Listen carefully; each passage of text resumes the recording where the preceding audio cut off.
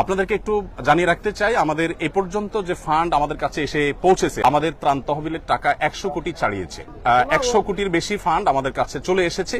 এই ফান্ডটা আমরা কিভাবে খরচ, চাল কিনেছি আমরা 998 মেট্রিক টন, আমাদের ডাল কেনা হয়েছে 200 মেট্রিক টন, তেল কেনা হয়েছে 200 মেট্রিক টন, সেটা লবণ কেনা হয়েছে 112.50 মেট্রিক টন, খেজুর কেনা হয়েছে 120 মেট্রিক টন, আর সুগার অর্থাৎ চিনি কেনা হয়েছে 20 টন, চিড়া কেনা হয়েছে 40 টন এবং পানি কেনা হয়েছে 100 টন, ভুসি অর্থাৎ গোখাদ্য কেনা হয়েছে 67.38 মেট্রিক টন। 1 লক্ষ পরিবারকে 25 কেজির করে চাউলের বস্তা দেব।